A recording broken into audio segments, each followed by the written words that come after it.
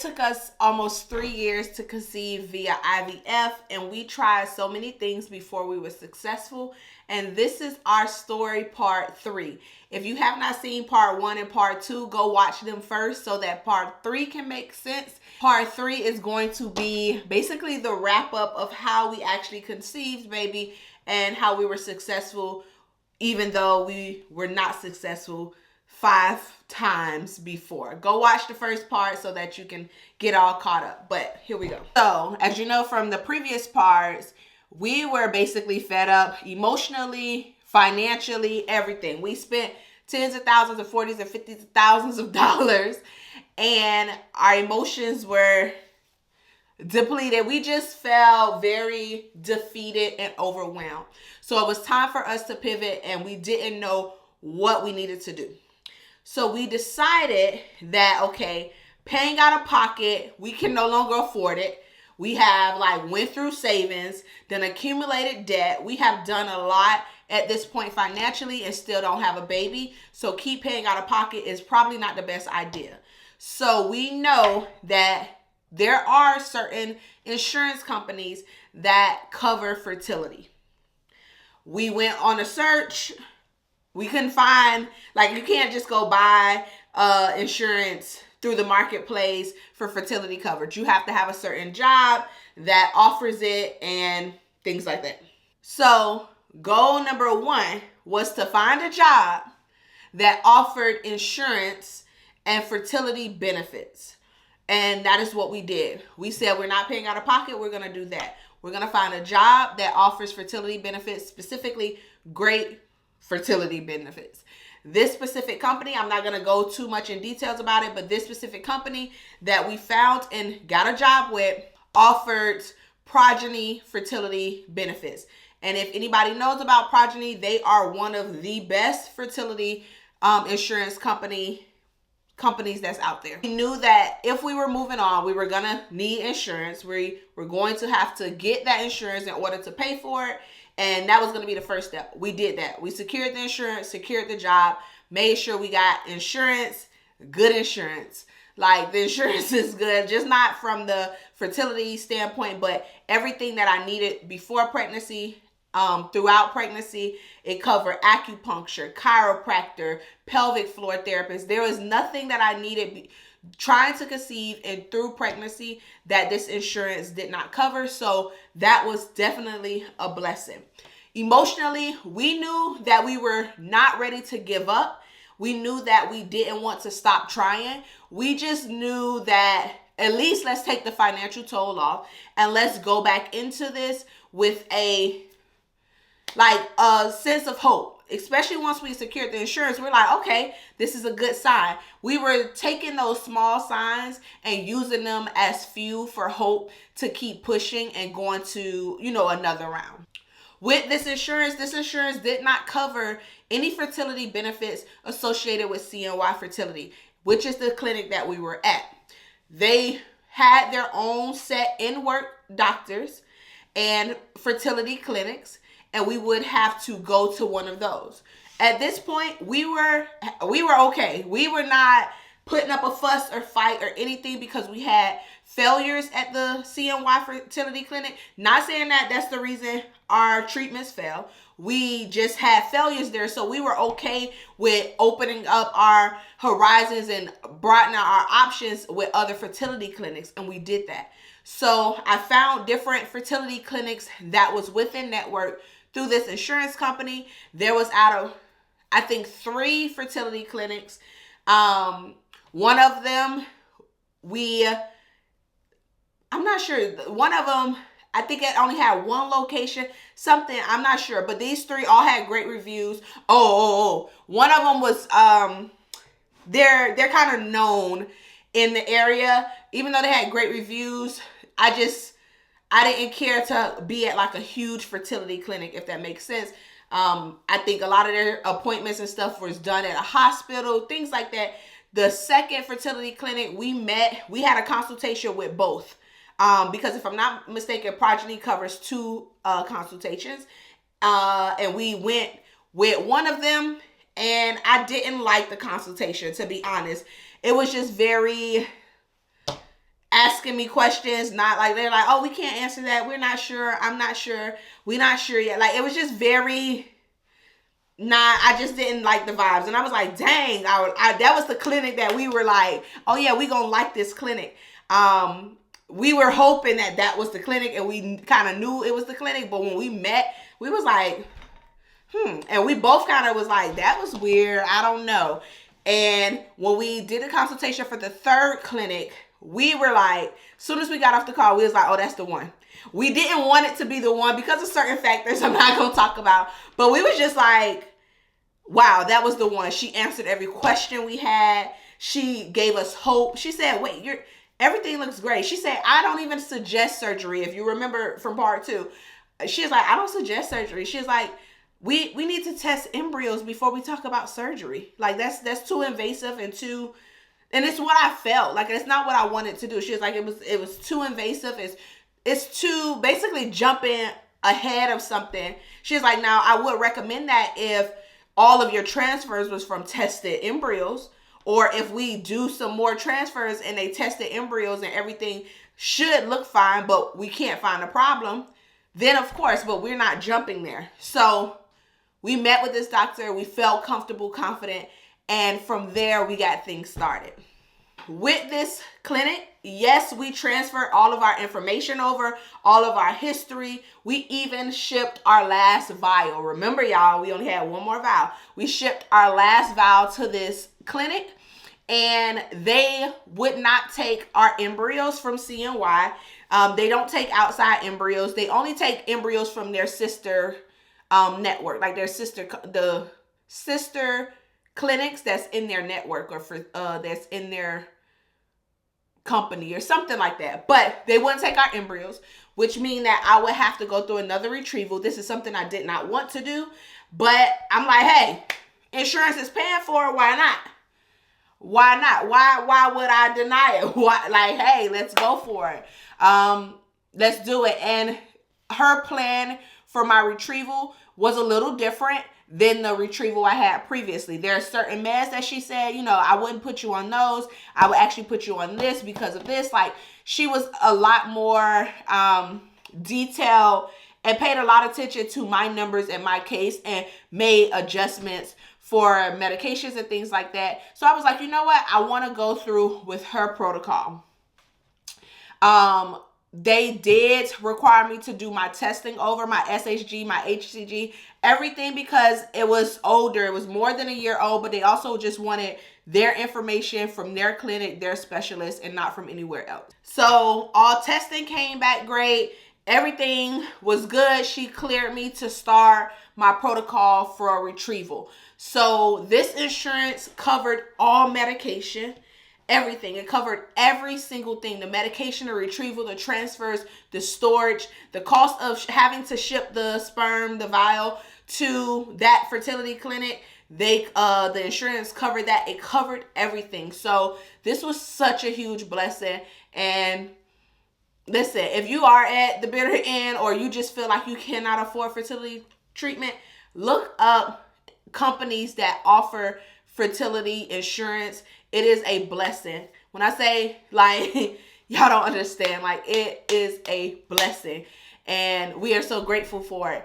But they covered everything. So all of the medication was shipped to my front door. Like, I didn't have to call anybody. I didn't have to do anything. Like, if you ever were a patient at CNY, just think about all of the calls and emails. You don't have to do any of that.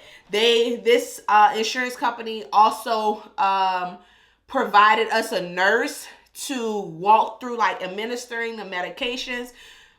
It was just an easy breezy process. They would text me, say, hey, or do you need to re-up on this medication? And I would say yes. It'll be at my front door in like 2 days. So it was just an easy, smooth process. I couldn't have asked for a better process, a better clinic. I don't have any complaints about the clinic. Actually, I don't mind sharing the clinic that we went to. We went to ACRM, which is, I think it's Atlanta Center of Reproductive Medicine. We went to ACRM. I won't share who my specific doctor was. I believe all of the doctors there are women, though. I think so. But The treatment there was amazing. The protocol was amazing. The attention was amazing. Appointments was amazing. I don't ever remember having to wait. The fertility insurance I had was Progeny. I won't give you the company who it was through, even though Progeny benefits change depending on who the provider is, who the employer is. But Progeny was the fertility insurance. But overall, the entire IVF process through this new insurance and through this new clinic was extremely peaceful and easy. This retrieval process, I remember feeling great. Like, I didn't have the emotional swings and the crazy, I didn't have all of that like I had from the first retrieval. I felt normal.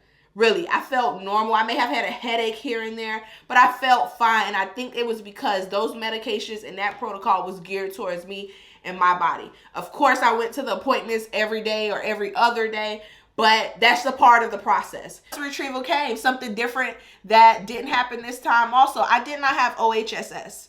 I did have OHSS last time, so my numbers to be diagnosed with OHSS were higher than average or normal, but they were not high enough to classify or diagnose me with OHSS. And I think that was a blessing too. Even though I didn't have severe symptoms, it shows that the protocol was really different. For retrieval, I did have more eggs retrieved this time. My protocol was similar as far as like the dosage of meds. They didn't put me on a high dosage of meds or anything, but I think this time was 41 eggs retrieved or 44 or something like that. I'll put the numbers on the screen.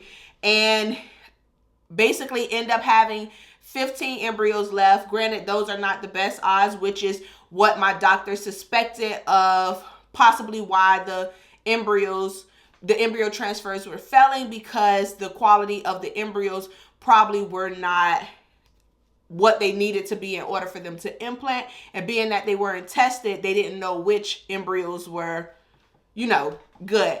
But all of these embryos was tested. The insurance company covered all embryos to be tested. And after everything was tested and certain ones didn't mature, certain ones didn't fertilize and make it to day 5 and all of that, everything, we were left with 15 normal embryos.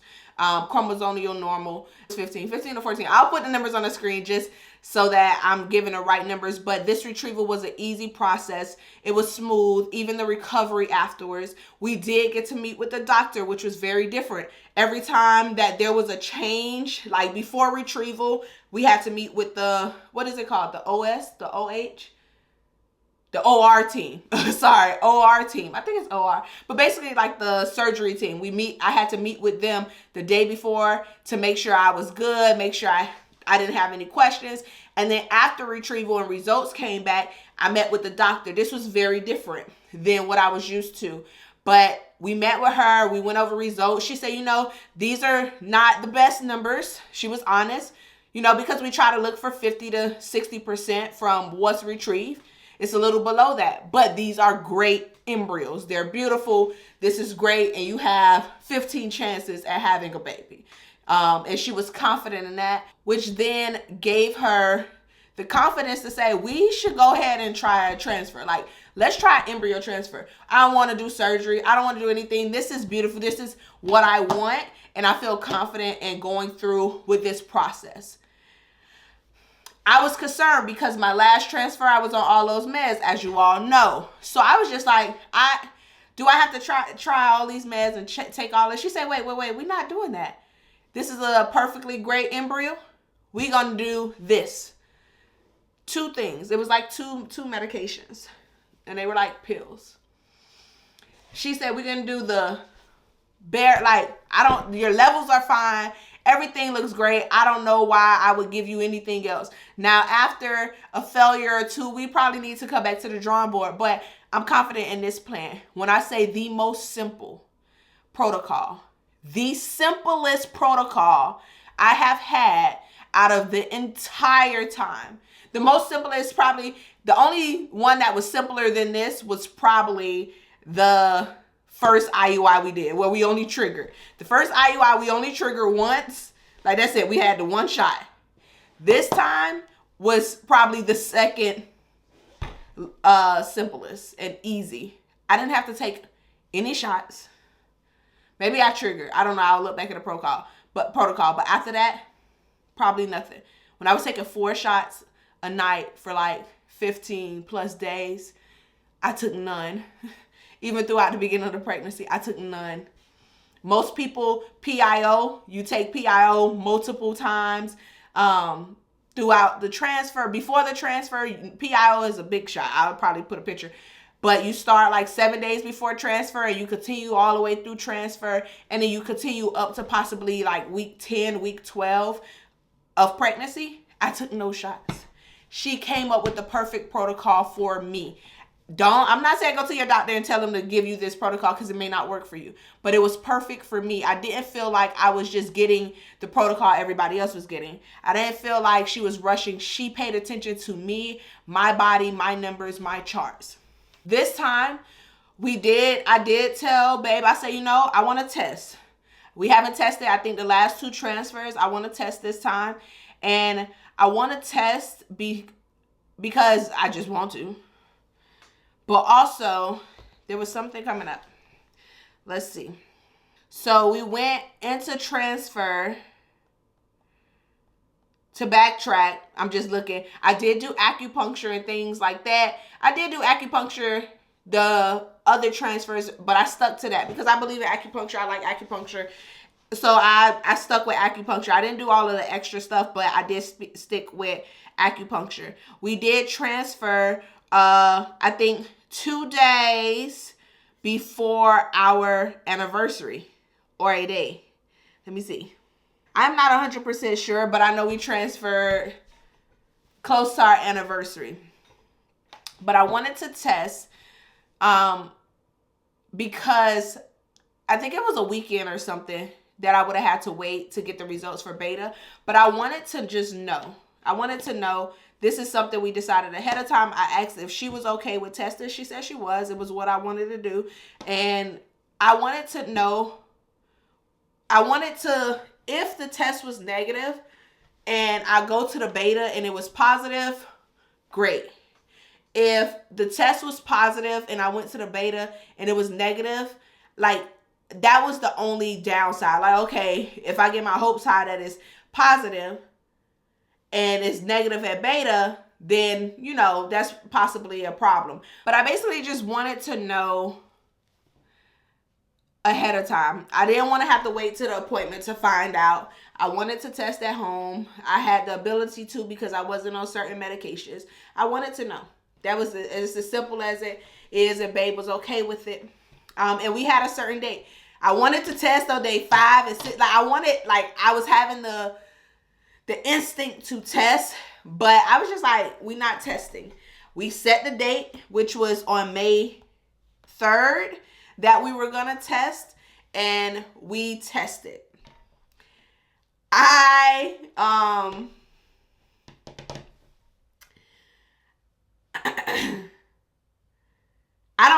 did not look at the test. I tested. We said we were going to test. So we like, okay, let's test. We're going to set. This is the one time we did not record. Babe said she didn't want to record. I wanted to record, but she said she didn't want to record. She said, let's not record this. I don't want to record it. I said, okay, that's fine. I wish we recorded it, but, I respect what her wishes too. And it was her feelings too. And, it was a moment that we had that is not on video, which is good. It's just in our memory forever. But we had the test on the counter. And I think, did we flip it over? I don't know. I just remember I couldn't stop laughing and crying. Babe looked at it first. I don't remember what happened, but when she flipped it over, when she looked down, I was like, what? She was like, you look at it. She was like, look at it. She wouldn't tell me. So I looked down and it was positive. Oh my God, y'all. I'm experiencing that joy all over again because we have seen so many negative tests. So when that test was positive, I couldn't believe it. I couldn't believe it. I was like, babe, pass me the instructions. I'm like, I want to make sure that this means pregnant. Like, I want to make sure I'm not misunderstanding or misreading this pregnancy test. And I was like, I got to take another one. Give me another pregnancy test, because I just couldn't believe it. I just kept like laughing and shaking, and I just couldn't believe it. And we took another pregnancy test. That one said positive. We took 4 pregnancy tests over. Like, that day we took 2. And I was like, oh my God, babe, we pregnant. And I'll insert a video of our reaction. Not our reaction, but a video we made that same day.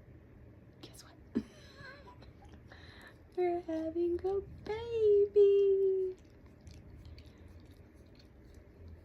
Yay.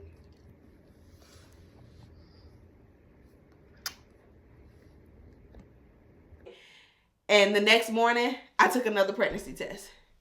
That was a Saturday. And then on Sunday, I took another pregnancy test. Positive. We go into the fertility clinic for our beta on Monday. That was it. I didn't want to wait that weekend. Our beta that Monday, they called and said, pregnant. They said, come back in 2 days, double. Numbers double. It was unbelievable. When I say I didn't believe it, like, yes, we waited so long. We waited for this moment, but I still, like, I could give birth any day now, and I still feel like I'm living in a dream, because we have waited so long, so hard. We fought so hard. We had so much patience, so much hope, so much faith. Even when we felt like giving up, we didn't. We kept going back at it. And it was the moment we wanted, but never knew how we would react or feel when it came. And it came. It was our time. My wife told me the time before. She was like, it's just not our time. Our time will come. Our time is coming. This is not our time. Our time is coming.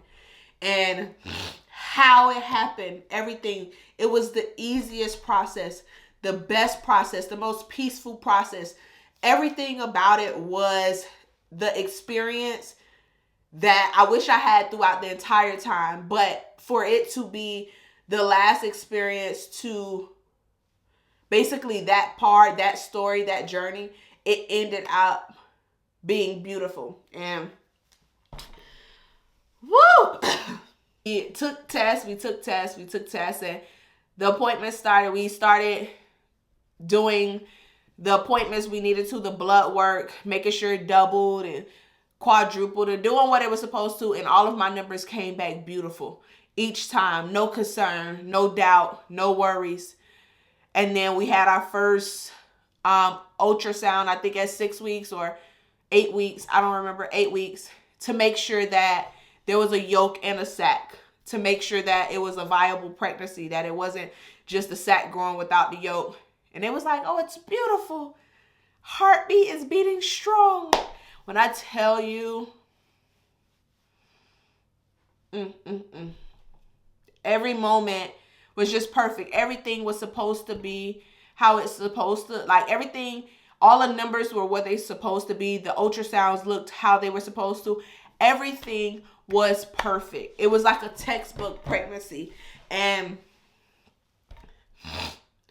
yeah, we went to all those appointments. Everything looked great. And then we graduated from our fertility clinic. We didn't switch. We didn't leave. The other 2 clinics, we had to switch or left. This one we graduated from. Like, we graduated from the fertility clinic. Like, oh, y'all, pregnancy is viable. Everything looks good. Everything looks healthy. You need to actually go see a pregnancy specialist, not a fertility specialist, because you're pregnant and it's thriving and it's beautiful, right? We got here. And if it wasn't for hope, if it wasn't for faith, if it wasn't for my partner, like, it wouldn't be this. Like, so if you are struggling, if you are on the TTC journey, if you want to start, go do it.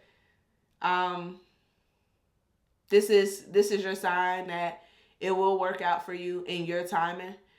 I know it don't look like it. I used to get so annoyed by the people in the Facebook groups that I'm in. But like, hey, I got my baby. This is just a sign. And I'm like, yeah, okay, I don't need no more signs. I need a baby. I want a baby. Like, I don't want signs. I don't want your success story. I want mine. But everybody's story looks different. Everybody's journey is different. And it is. But when your time comes, because it is, not if, is when your time comes, it'll all make sense. And they're not lying about when they say once you get that baby, and baby isn't here yet. So we are still baking and hoping and wishing and praying for a safe delivery. But when you get that positive, when you're pregnant, when you're going through your pregnancy, and when you get your baby, none of those moments matter anymore. It heals a part of you and a part of your heart. And trust me, I know, like, this is why I recorded these series, because I was talking to Babe and I was like, we don't even really remember what we went through, or like, we don't even talk about it. It's like such a far memory, and it's kind of like we suppressed it or moved past it. And I didn't want to forget those moments. And I don't want to forget the trials and tribulations it took to get here. So I recorded this, not only to help and encourage other people and share our story, but also for us and Baby to have, because it wasn't an easy process. It wasn't easy. It was long. It was expensive. But we're here. We're here now. Any day. We're here. Almost 3 years in the making. And we're here. And I wouldn't have it any other way. Any other way. Perfect time.